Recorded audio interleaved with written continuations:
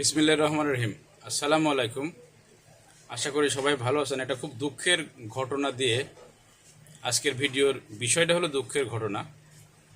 ঈশ্বরদী পাবনা মহাসড়কে দাসুরিয়া কালিকাপুর বা হলো চিনির মিল আছে, একটা চিনির মিলের ওখানে একটা নিয়ন্ত্রণ হারিয়ে গত রাত 9:10-15 দিকে একটা প্রাইভেট কার নিয়ন্ত্রণ হারিয়ে 5 বন্ধু মারা গেছে। তাদের 7 জন ছিল।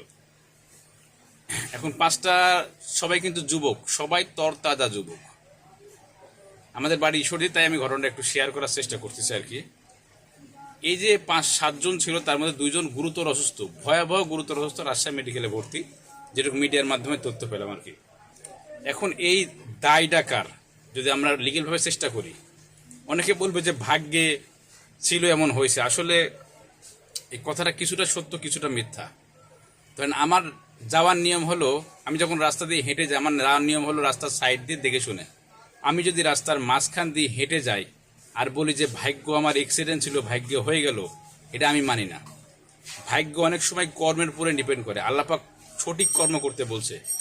আমি জানি না তারা কি উদ্দেশ্যে পাবনা যাচ্ছিল, কেন এত গতি চালাচ্ছিল, তারা কেউ ড্রাইভার যে ছিল সে মাদকাসক্ত ছিল কিনা। তরুণদের মধ্যে কিছু কিছু তরুণ তো থাকে অবশ্য মাদকাসক্ত, তারা রাজনীতির সাথে জড়িত ছিল কিনা আমি জানি না।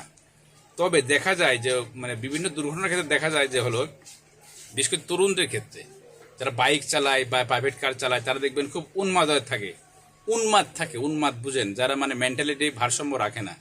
ওদের বয়স 22, 23, 24, 25 বছরের মধ্যে। যে যার সন্তান গেছে সে বোঝে, যারা সন্তানের জ্বালা কি।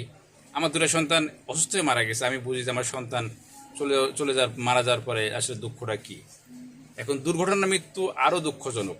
কারণ কি জানেন, অসুস্থ মানুষ যদি আমরা বুঝি যে মারা যায়, মনে সান্ত্বনা দেওয়া যায়।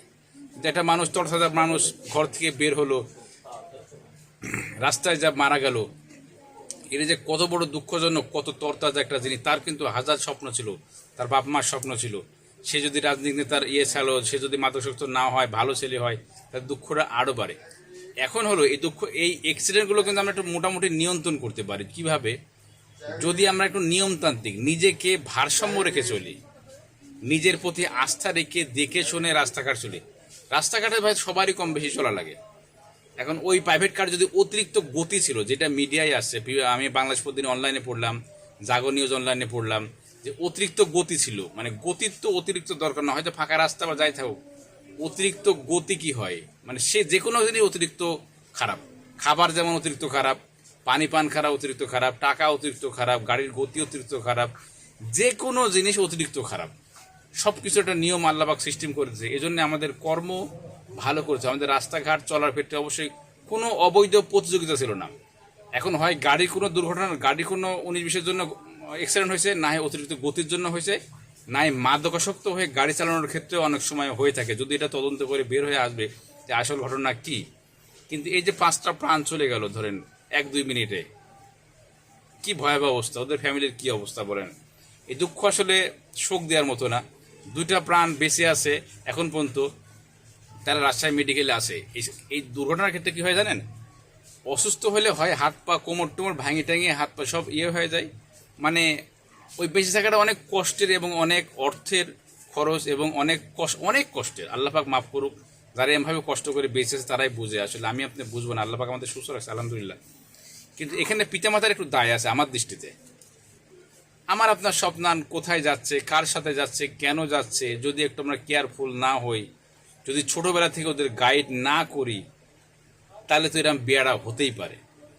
আমার সন্তানও হতে পারে আমি যদি গাইড না করি। গাইড যে দিলেই যে 100% ওকে হবে তা না, আপনি সর্বোচ্চ চেষ্টা করবেন যে হলো তাকে নিয়ন্ত্রণ করার জন্য। এই যে 5টা প্রাণ প্রতিদিন কিন্তু দেশের মধ্যে 10-20টা প্রাণ এভাবে চলে যায়, কারো আমার যায়, আরেকজনের যায়, আপনার যায়, এভাবে যায় আর কি। এই নিয়ন্ত্রণটা যদি হয়তো, এই গাড়িটা যদি অতিরিক্ত গতি না করতো, ধীরে সুস্থে দেখে শুনে চালাতো, যদি ড্রাইভিং দিকে মনোযোগী হয়ে চালাতো, তারা হয়তো আনন্দ টন্দ করছে বা গল্পটা করছে, এটা আলাদা হিসাব।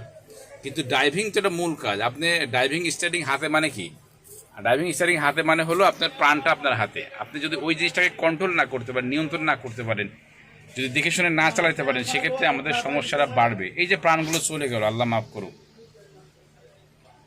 যাই হোক আমরা দোয়া করি আর কি। তবে পিতামাতার সচেতনতার বিষয় আছে, যারা বাইক চালান, গাড়ি চালান, তাদের সচেতনতার বিষয় আছে, দেখে শুনে চলার বিষয় আছে। মানে সবসময় জীবনের মূল্যটা গুরুত্ব দিতে হবে, সময়ের মূল্যটাকে গুরুত্ব দেওয়া যাবে। সময় আল্লাহ যদি বাঁচা রাখে সময় পাওয়া যাবে, আর যদি মরি ঘেরেন তো মনে করেন যে সবই শেষ। যাক, শোকশান্ত পরিবারকে সান্ত্বনা দিই, তারা আল্লাহ যেন ধৈর্য ধারণ করে, তাদের জন্য দোয়া করে, আল্লাহ পাক যেন ভুল ত্রুটি ক্ষমা করে, তাদের মাফ করে। এবং ভবিষ্যতে যারা আমরা এই ভিডিওটা দেখি বা আমরা এই ঘটনা থেকে একটা শিক্ষা নিতে পারি যে আমরা অতিরিক্ত গতিতে গাড়ি চালাবো না, কারোর সাথে কম্পিটিশন করব না, আমাদের স্বাভাবিক যে চলাফেরার নিয়ম সেগুলো ট্রাফিক আইন নিয়মকরণ মেনে চলবো। বাইক চালালে অবশ্যই হেলমেট ব্যবহার করব। এবং যদি প্রাইভেট কার বা মাইক্রোটাকে চলাই, যে সিট বেল্ট আছে এগুলো ইউজ করব, তাহলে হয়তো ক্ষতিগুলো আমাদের কম হবে। তো সবাই ভালো থাকুন, ভালো চিন্তা করুন এবং ভালো কাজ করুন, ভালো খাবার খান। আল্লাহ হাফেজ।